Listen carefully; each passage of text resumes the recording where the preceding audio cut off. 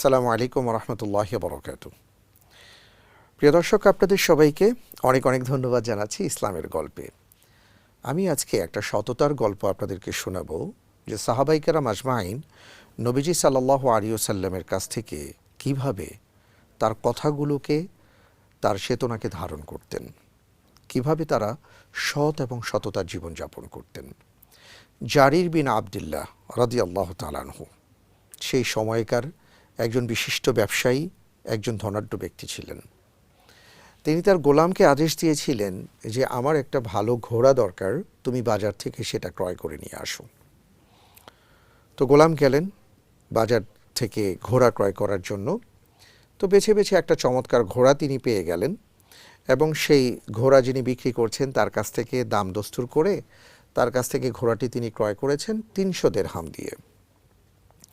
এবার এই ঘোড়াটা নিয়ে যখন জারির বিন আবদুল্লাহর কাছে আসলেন, তিনি জিজ্ঞেস করলেন যে এই ঘোড়াটার মূল্য কত।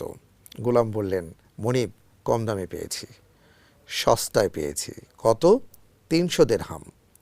তিনি বললেন, মালিককে খুঁজে বের করো। গোলাম বের হয়ে গেলেন, অনেক খোঁজাখুঁজি করে সেই ঘোড়ার মালিককে পেয়ে তাকে নিয়ে আসলেন।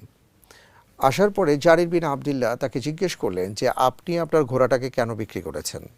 তিনি বললেন যে আসলে আমার অর্থের দরকার ছিল, তাই আমি ঘোড়াটাকে বিক্রি করেছি। তিনি বললেন, আপনি কি জানেন যে আপনার ঘোড়ার মূল্য কত?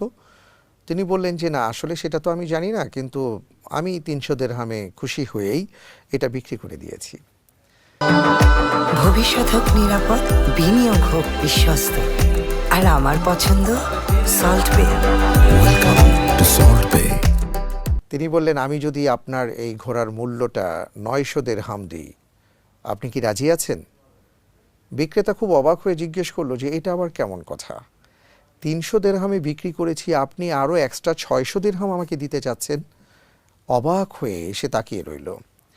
জারির বিন আবদুল্লাহ রাদিয়াল্লাহু তাআলা আনহু তিনি বললেন, আসলে আপনার ঘোড়ার প্রকৃত মূল্য হলো ৯০০ দিরহাম।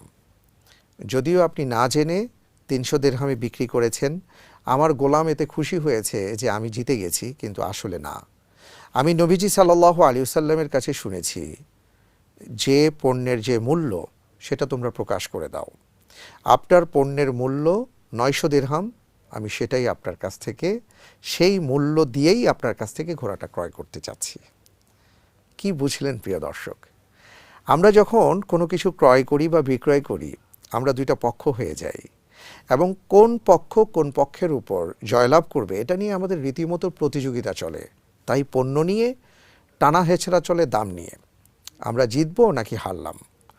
অথচ নবীজি সাল্লাল্লাহু আলাইহি ওয়াসাল্লামের সম্মানিত সাহাবা আমাদেরকে শিক্ষা দিয়েছেন, যেটা ন্যায্য মূল্য সেই মূল্যেই ক্রয় করো অথবা বিক্রয় করো।